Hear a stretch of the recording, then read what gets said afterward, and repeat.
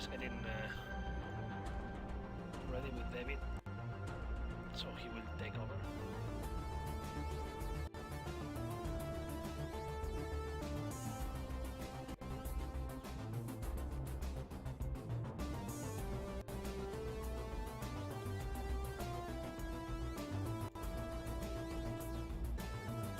Okay guys, see you in a bit.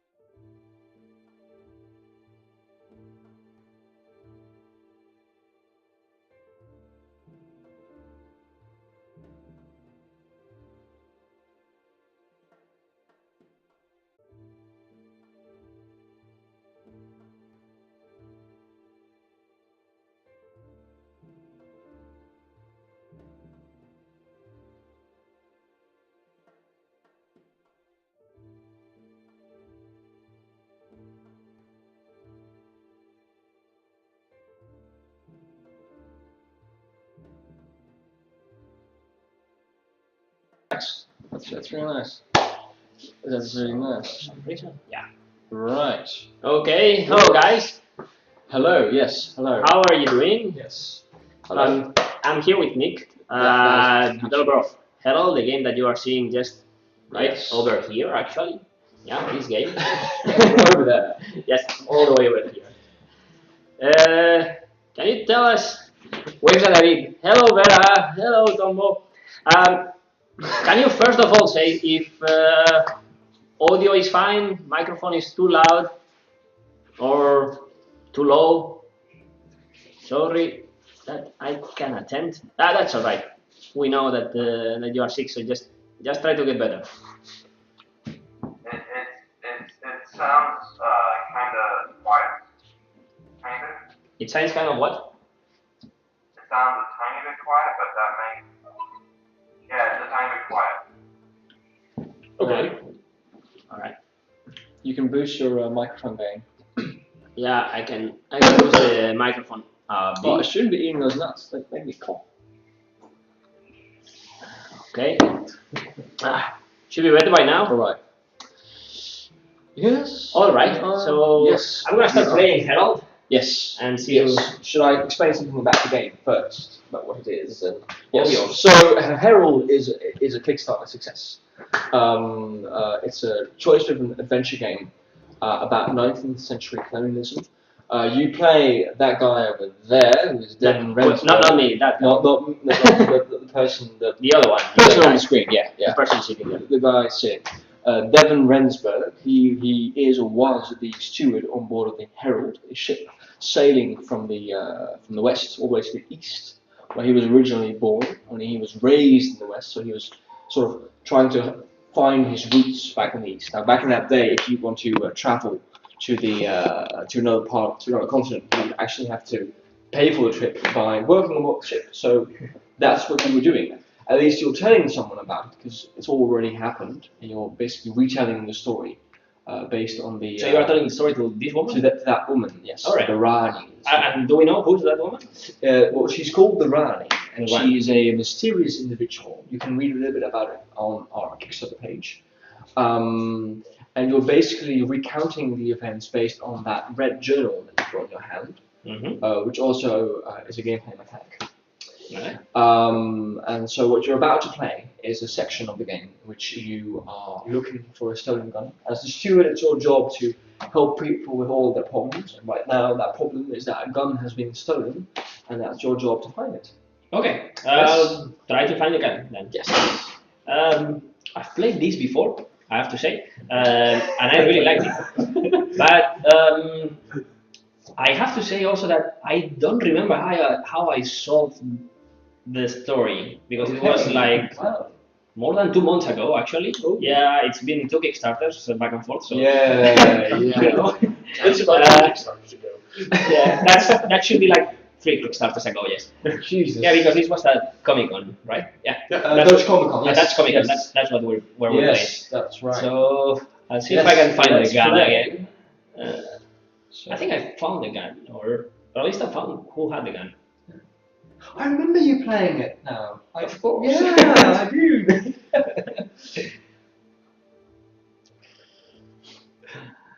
All right. So, how much research did you do when you started developing the game? Where did you find information? What's difficult? Well, in short, a lot. We did a lot of research. Most of the research was conducted by our main writer.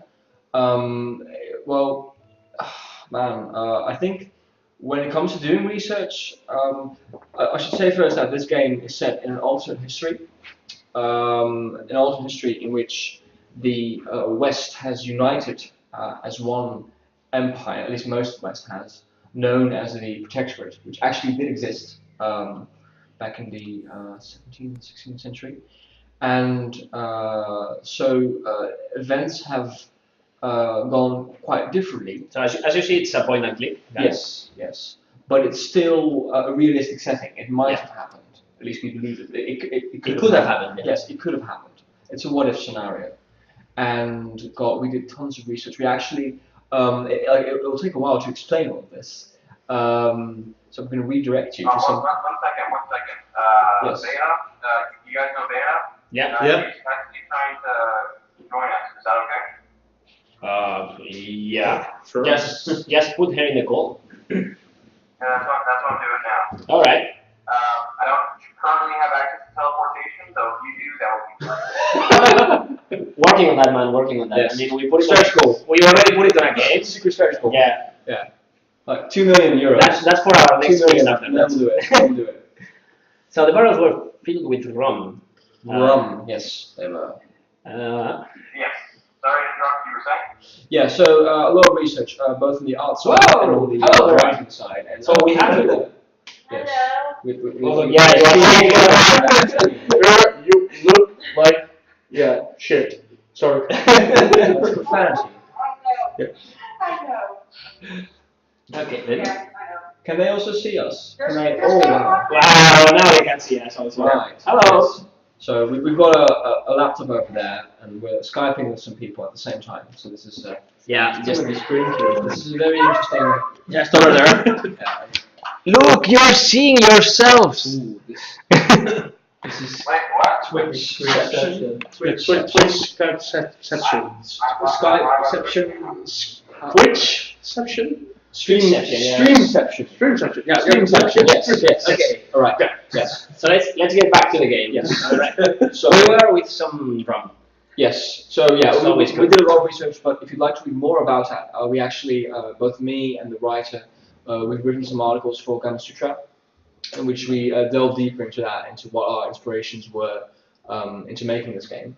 Yeah, we posted all of those on our Tumblr, which is heraldgame.tumblr.com. Let's Yes. go over here. My microphone's over here. My bad.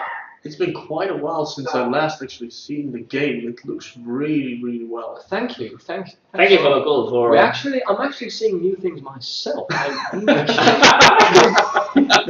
Yes, but this is the post Kickstarter demo. This is not the. This is the. Yeah. So yeah, this is not the right exactly. Like No. I saw the Kickstarter. demo. place for safety. Yes.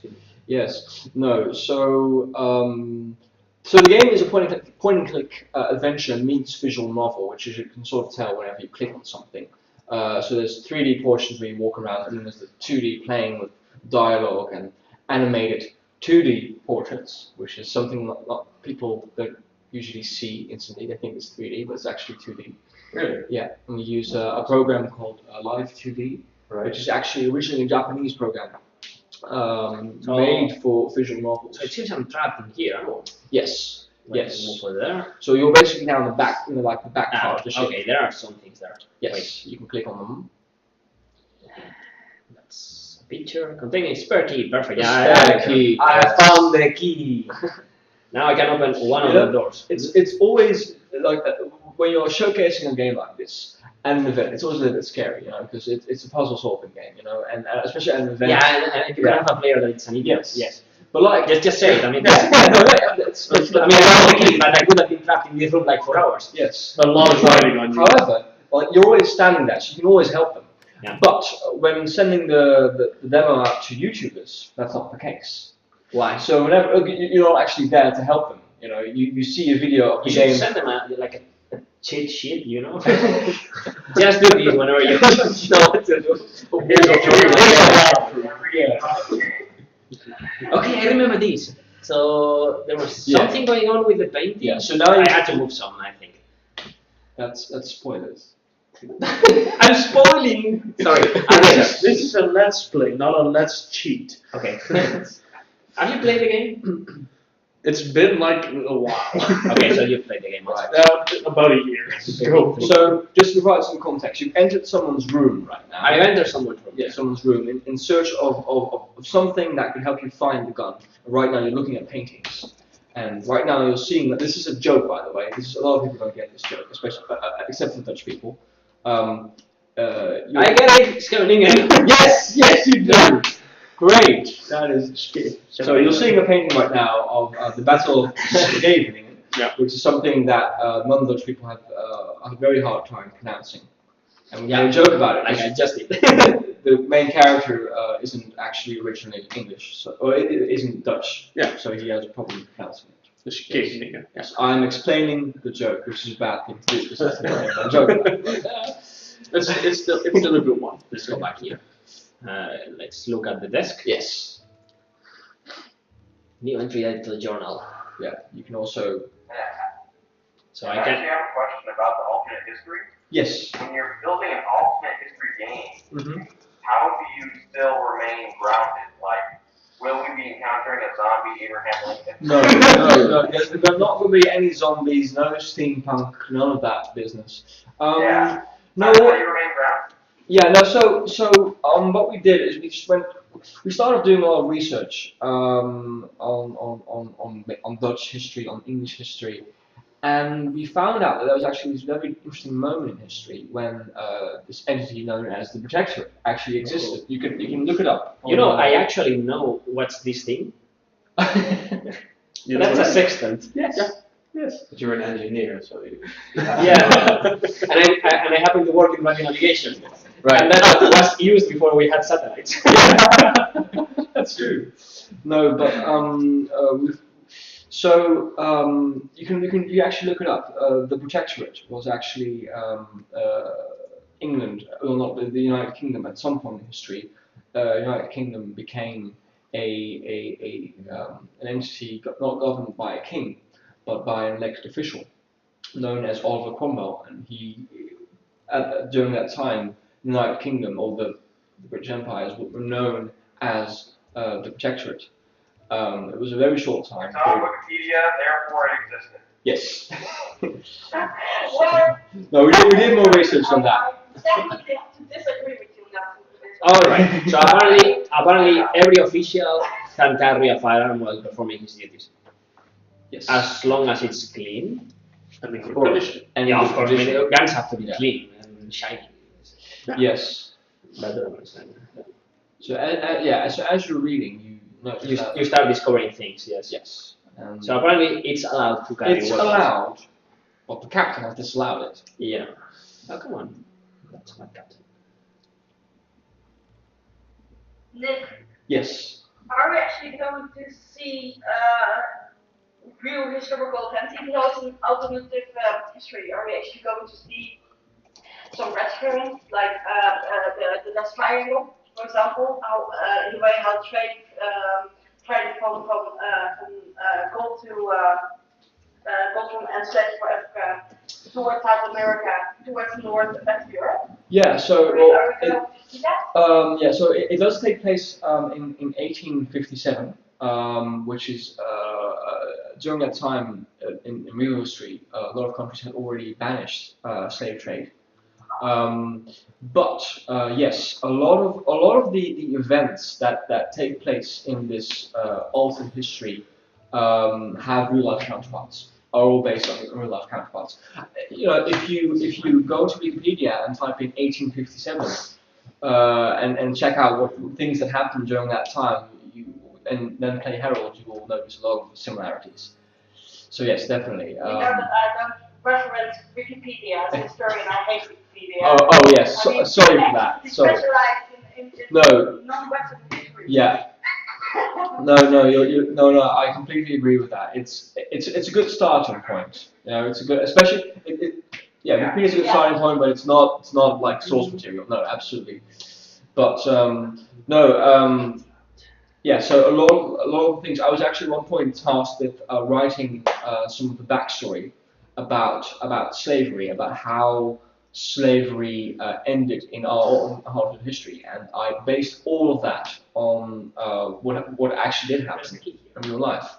But gave it a. I can't take it. I mean, you are messing with me now. I mean, you showed me a key, and I You cannot already take have it. the key. You already got the key. But there are only 3 doors that are locked. Oh yeah. Well, it's different. Remove that key. That is not the key you're looking for. That's not the key you're looking for. That's the key you're looking for. Okay, let's move on to here and to the book. Were you surprised how much source material you were actually able to find? Because when I started to look back in like even far history, it's surprising how much we actually still have from those times and we're able to actually learn from their own words. Yeah, no, I suppose at least when I was conducting research for the for the bit that I wrote, I was it's like you constantly keep finding new things. Every word or term. She's dying. Stay with us. I'm sorry. It's fine. It's fine. It's like an animal dying. Yeah. Puppy. Yeah. You're never allowed to be musical. No, but to answer your question, yes, definitely. There's I found the journal. and it's you know what? It's so incredibly inspirational. There is so much interesting stuff, so much battles that are being fought, and it's and again that thing, you know, that truth being stranger than fiction is completely true. The things I read about while conducting research, the things that happened, the things people did, things that people managed to accomplish. It's if you make a film about it, you'd be like, no, that sounds realistic. That sounds unrealistic. You know, that's how weird some of those things were that happened.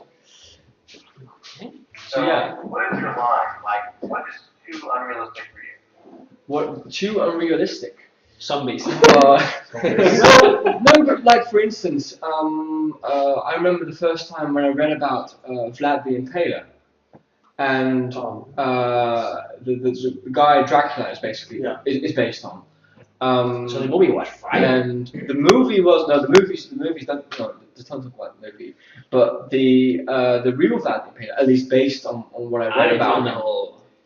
he basically And I found the gun. Yeah, but well, if you read about him, he basically he it's a long story to explain. yeah, sure. It's a long story to explain, but he basically went from being a prisoner to being a king, then lost everything again, then became a king again, then lost everything again, and became a king again. And you read that, you're like, how on earth did he manage to do that? Go from nothing to something. It often actually sounds like it's the life of independent development. Oh god. Oh man, I feel that one. Well, I mean, I think once you've accomplished something in the industry, you continue having respect. Just look at someone like Peter. Hey, Dave, where's the pizza? Not yet. We just started. Come on, We're actually having visitors right now. Yeah, so Alejandro and Stella, his girlfriend, just joined us. So more people coming over. More people, more tech, more fun. Yes. Yeah. So We need to have more people on Skype as well. Yeah. We already have 2, man. no, we need more. More people, more people. Yeah. Another webcam. So should we just continue playing? For the mic. What for the mic there? Yeah, later we change later. I keep on playing. Yes. Yeah. So right now we have I can sit there as well. I can sit there, yeah. Sorry, guys. right. There are people entering the room. It's Pretty well. Okay. right. So more people here. I'm going to do a round table. There we have Alejandro, Hans, our Skype party, Vera and It's one big party. Nelson. Here it's me and Nick, Yeah. Martin, Stella, and just over there it's my wife. Let's go on. Right. What are people saying? So, No, can you bring me the tablet, yeah? So I can give it to the clients, actually. I bring it for that. Shall we? You were drinking. yeah, let's continue. Yes. Okay. So, Hey, why the conversation stopped? Something happened. yeah, you finished the conversation. You saw this guy with a gun. Yeah, I saw the guy with the gun. Yeah. So what happened But they didn't is convince you were looking for the gun. You found a clue indicating that there was something behind the painting. Moved the painting, looked for the hole, found the guy with the gun. Yeah. Confronted him about it. He was like, "Well, And now I can go. enter my room and we'll discuss it." Now we discuss it. I will. Yeah, because the problem is, as I played this before, I was but this is not the end of the conversation. Why did we stop talking? Because I didn't remember that I had to go in there and talk again with him. He's got the gun. He can end the conversation whenever he wants, right? I hope it doesn't come to that. That escaped very quickly. By the way, Let's Play is sponsored by Frosch. Frosch?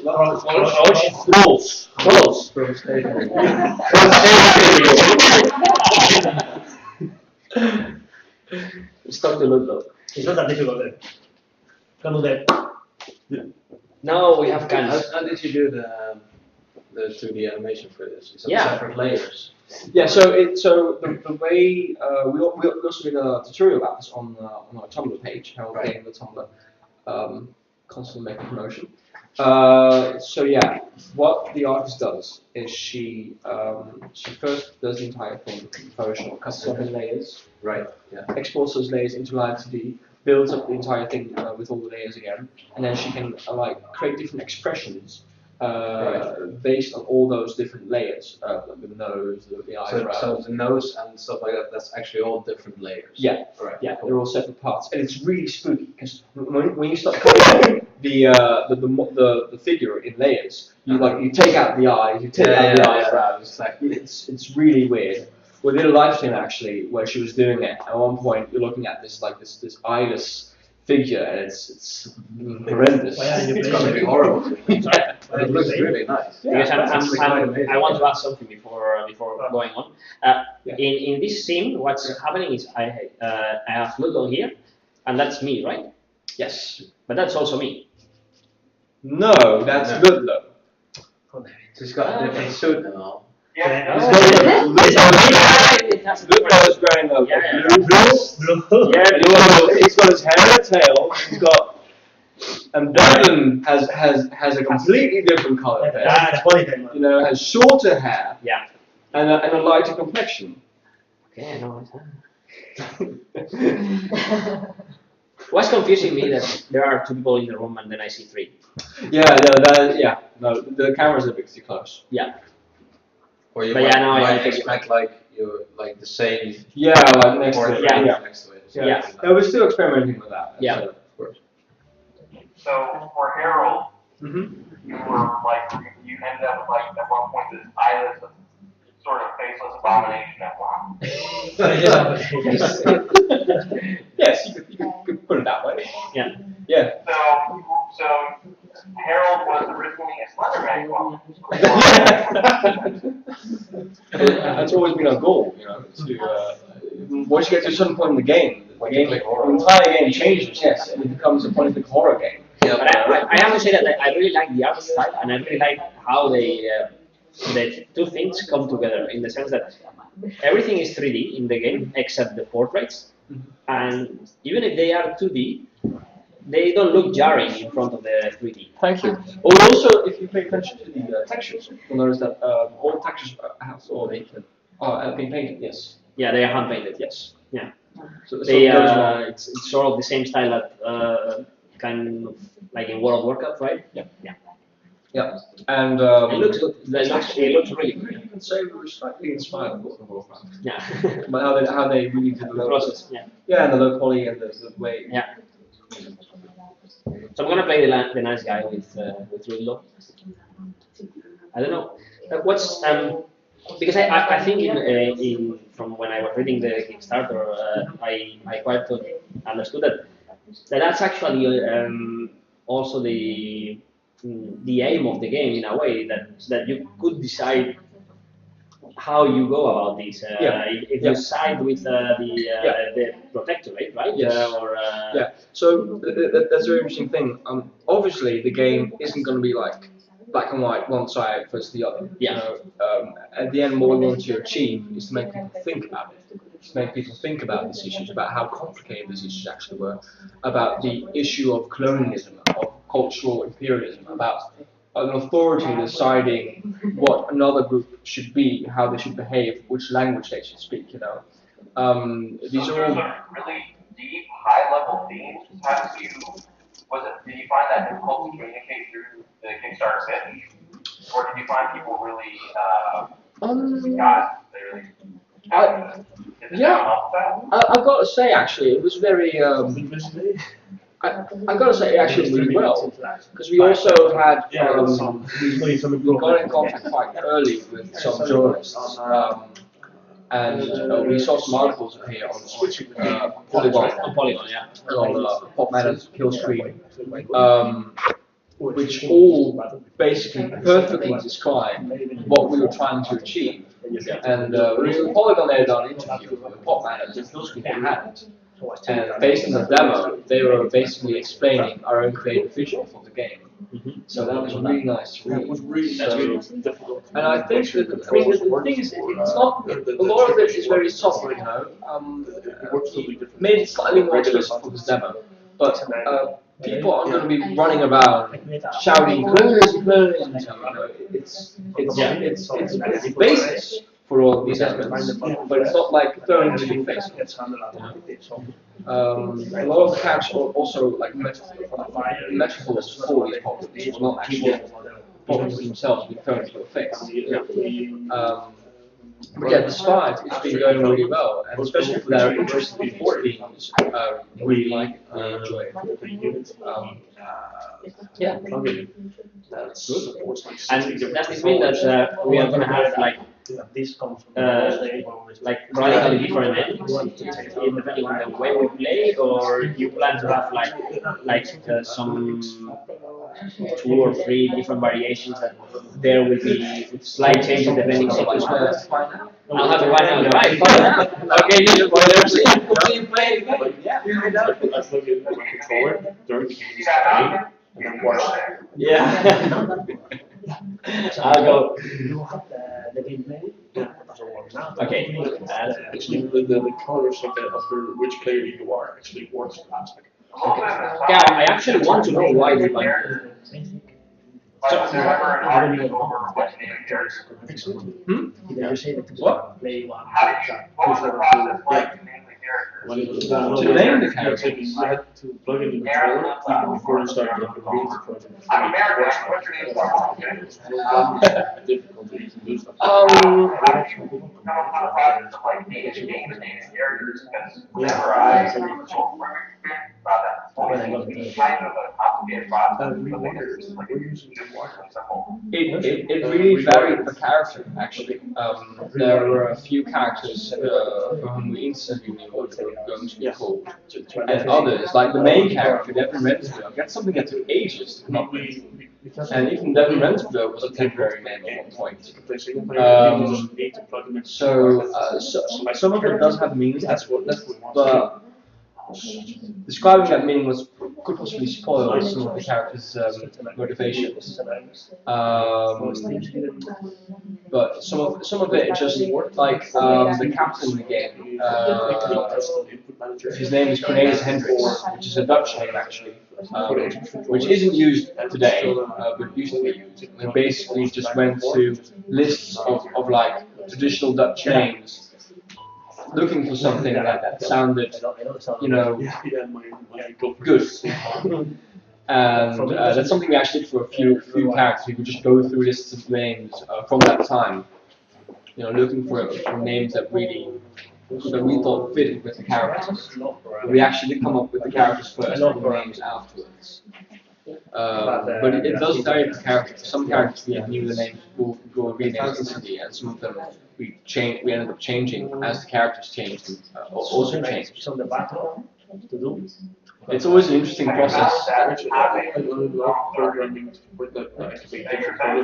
Well, what's also interesting, something that we pay attention to while naming the characters in the final phase is the way the names compare to each other. You need to make sure that every name starts with a different letter. For instance, you know, so there's Devin Rensburg and there's Aaron Ludlow. There's not another character who starts with a name. There's not another character that starts with D for their first name. Why not? Because it's a usability thing. In order for the names to be easily remembered by the players, we need to make sure that that the names all sound very distinctively from each other. One problem I actually had with the Walking Dead was that I kept confusing Larry with Lee, And it may sound stupid, but it happens very easily, especially when you have a game with such a huge cast. Yeah. You know, getting How many characters, or just give me an estimation of it's going to be? It's about yeah. I'm getting an estimate from all my colleagues that people are talking through the screen. The people are that, Like you are talking to the stream that you should. Sorry guys. Yeah. Sorry. Whisper. Yeah. Messages of people saying we cannot hear a conversation because we have some more conversations going around. That's why we're called Whisper. Yeah. You can go chat there. Martin. Too cold. I'd say there's about 8 to 10. By the way, David, sorry guys, just one question. Yeah. Did we order the pizza? No. What are we waiting for? Pizza. It's like 9. No. Okay. Well, we can wait till 10 or 11 we are Spanish, but Yes. I ate beforehand. I also had something before. Let us finish the Herald demo at least, Yeah. and then before moving on to the next game, we order pizza. Sure. Right? Or you want to start ordering now? how long it will take? Alex, you order yourself? Sorry, I can make the order. Elena, give him the voucher. There. Okay. En la cajón de la oficina. Sorry guys, you can go ahead now. Yes. So Can mean a team's success with yes, definitely. Elena, tenemos un laptop para que lo haga. Pues déjale un laptop que está ahí con eso que no. No, I'll be honest. When I'm like working at the office and I get hungry, you know, and it's like 10 minutes until lunch break, you know, I'm like I can't do this anymore. I can't continue working. I gotta like do something else, but I can't concentrate while being hungry. Eating is very important for me. Yeah. I think for most people, I guess. Yeah. So no, there's about I'd say about 8 to 10 like important characters, and then there's some side characters, people that work on board the ship. Yeah. They don't really have an important role in the story. Okay, the captain caught us. Yes. What did you decide to do, by the way? I was trying to convince the guy to just come clean and Hand turn over the guy. Yeah. I was playing nice. Yeah, and then the captain walks in. The captain walks in, so he will He's not be Dutch, able by to the come way. clean. This character is Dutch. He's a Dutch character. Totally is Hendrix. Yeah, Hendrix. Yes. It's a Dutch name. Yeah. Does he play the guitar? Like No, he does not. It is a common surname. Sure. All right. Once you got the name for a character, like once you start to be able to nail down details, like, okay, this is an aspect of the world, this is an event that happened in the past. Every little detail nailed down, you find that it makes the rest of the lore, the rest of the story easier to create. It can, but like at some points, I remember how we would, like with one character, his name, we would be like, we could spend like 45 minutes discussing what the character's name would be, and we would be like, yeah, but like this character is these aspects, so he needs to have a name that sort of, you know, symbolizes this and that and that. But this name doesn't really fit. That name is unrealistic. That name sounds too much like that name. So it can also make it more difficult, you know, because so many things have already been said. We've, like for instance, the main character Devon, that took ages to get. And even when it was chosen, it was like, is it going to be a temporary name, you know? Herald, you know, the title, what was a temporary title? Really? You know, you couldn't come. Yeah, and that's actually way more often the case with game titles. You end up spending so much time thinking of a good title, and then you're like, okay, this is taking too much time. The first option is this. Let's keep it with this. You know. Devin Rensburg's Revenge, the Revengeing. What? The Revengeing. The Revengeing. What did you say, Nelson? We didn't catch that. Rensburg's Revenge, the Revengeing. Devon's Journey. Alright, so we finished the demo of Herald. Did you skip the trailer? No, we watched it. Did you watch it? I wasn't even. Oh god, I didn't know. We saw it and it was really cool. But can we see it again, or I have to play the demo all over again? Yeah, you'll need to play the demo again, or you can watch it online. Yeah, watch it online. Yeah, it's a lot When I better saw online. Harold on Polygon, I was really scared it wouldn't be funded. I'm so super happy with it. Thank you.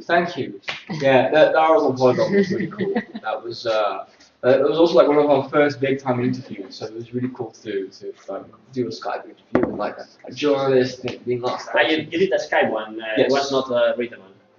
Okay. Yeah. Yes, that was also. Let me see. I'm going to try to find the video. Yeah, if you do Herald Try out the YouTube. game announcement, or you can go to YouTube. We Final question. Yes. What made you go the episodic route? Well, it was a few things really. The way this is our first game, and being able to release it episodically would also allow us, would give us the opportunity to really get a lot of feedback from the first episode, and to really also focus on that first episode and make sure that first episode is as good as possible. Because as we've started to notice, making a game that is as content heavy as this is a lot of work. Because this is not like how would I say that? It's not like a game like TikTok Tower where you have like a few mechanics and you play with those mechanics. This is a content-driven game, so it actually takes a lot of time to make every portion, every quest, every puzzle. So being able to release that first chapter really gives us some breathing space. It allows us to focus all our effort into one shorter but better experience and get feedback from that. It was also something we had to do out of necessity, really.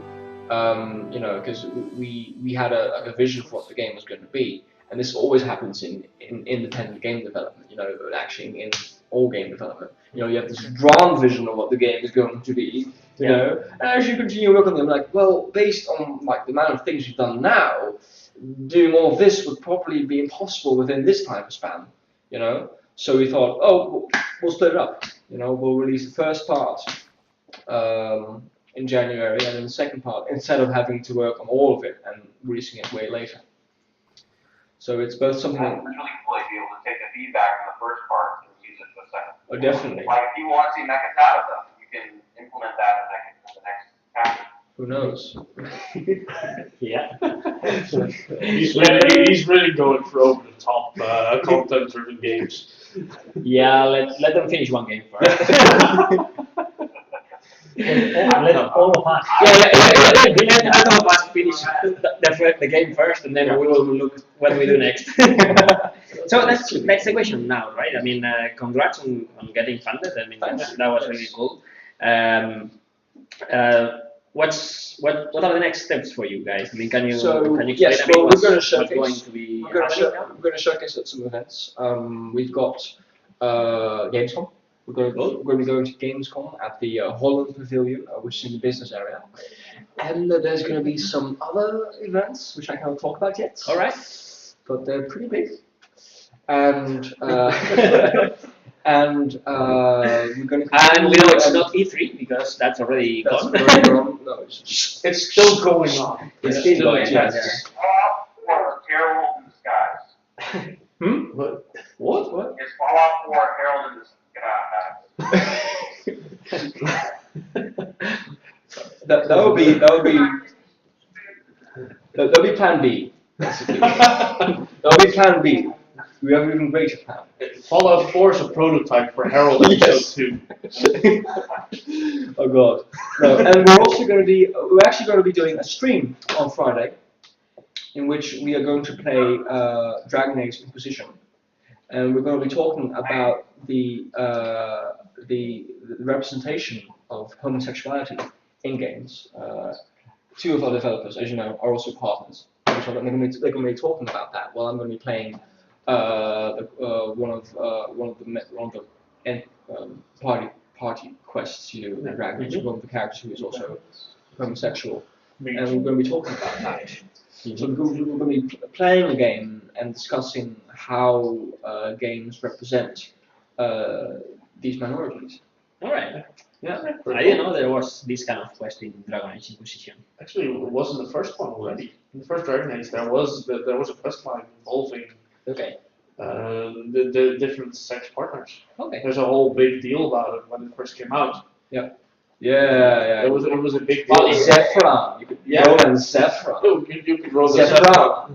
Yeah, I guess totally BioWare has a my thing for experience. this because they did the same in Mass Effect, right? So Yeah, So yeah. In the last one, right? Yeah. From the third. Well, Yeah, so, you know, basically, so one of the you new know, things that Dragon Age Inquisition did was actually have a part member that was like not bisexual, but like homosexual. Yeah, exactly. It was like totally. Yeah. Yes.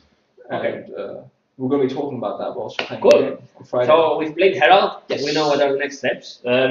Anything else you want to say to people before we switch to well, yeah, I mean, the next if game? you'd be interested in seeing that, follow us on Twitch. Yeah. Whisperfire Games. HeraldGame.com. I mean, you see it there. Yeah, Right there. heraldgame.com. We also have Tumblr. We're also being very open about development. We'll be trying and posting on Tumblr about our development, which was during Kickstarter. And yeah, follow us. Yeah. Cool. So before we move on to the next, Thank you. I'm finishing the order, so let me. yeah, we are finishing the pizza order. So Yes. is there anybody here who has Allergies? some allergies or is vegetarian or something that we need to know of now? Are people going to pass during this stream? All right, then it's whatever Alejandro says because this is not a democracy. So Barbecue, Americana, 4 seasons, and baby. Little bit of everything. I'm hearing meat, so I'm happy. that's all right. Meat is good. Yes. I'm Sure. not allergic to anything. I'm not For allergic. pizzas? Just throwing that out there. Don't worry, pizza through Twitch stream and Skype is never allergic. We'll just put a pizza slice in front of the mic. You can go get it. All right, so we are going to be moving to the next game, and I think we are going to be playing Wildfire next. Do you think you have the mouse? I have the mouse, yeah. You know what we're gonna play. You just told us this isn't a democracy. Yes, so that's why I say I think we are going to play that, and so we will play that. No drinks, no anything else, right? No, we have things. The only thing is, I think I'm going to stop the stream for like 5 minutes because we are going to be switching the audio system to probably have something a bit better. Okay, so we will be right back in 5 minutes or so. Okay, guys? You can stay here, don't worry. Yeah. No need to go anywhere. Okay, let me stop the stream.